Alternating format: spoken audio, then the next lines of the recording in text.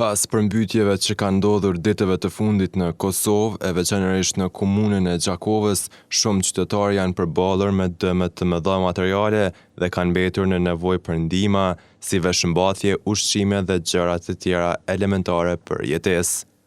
Për këtë arsye, Këshilli i Bashkisë Islame në Gjakovë sot ndërmori një nismë humanitare duke organizuar mbledhjen e ndihmave nga besimtarët në xhamitë e qytetit. Kjo thirrje ka gjetur përkraje të madhe, ku shumë qytetarë kanë kontribuar me mjete materiale dhe financiare për familjet e prekura nga vërshimet.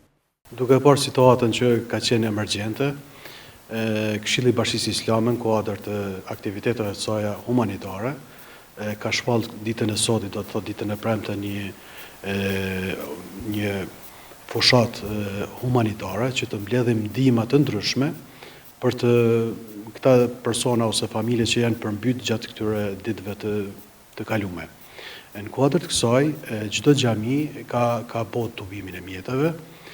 por jo vetëm mjete materiale, por edhe mjete të cilat kanë të bëjnë me veshëmbathje, me shporete të nxemjes e kështu me radhë, pra kryesisht gjërat të cilat janë të nevojshme emergjente për këtë kohë. Kryeimami i Bikut në Gjakovë, Visar Koshi, deklaroi se është i kënaqur me përgjigjen dhe solidaritetin e treguar nga besimtarët, duke theksuar se ndihmat e mbledhura do t'u shpërndahen familjeve që kanë pasur dëme nga përmbytjet. Janë përgjegjë jashtëzakonisht shumë, domethënë ka një iniciativë të jashtëzakonshme, sepse populli jon është popull humanitar, e prek ndërgjegjja për shkak të shumë sfidave që ka kaluar me histori, mirë po ajo që vlen të theksohet që vetëm një iniciativë e tillë bën që jo vetëm besimtarët, por edhe rrethi më i gjatë të ndihmojnë forma të ndryshme. Pra jo vetëm materiale, thash më herët, por edhe forma të ndryshme,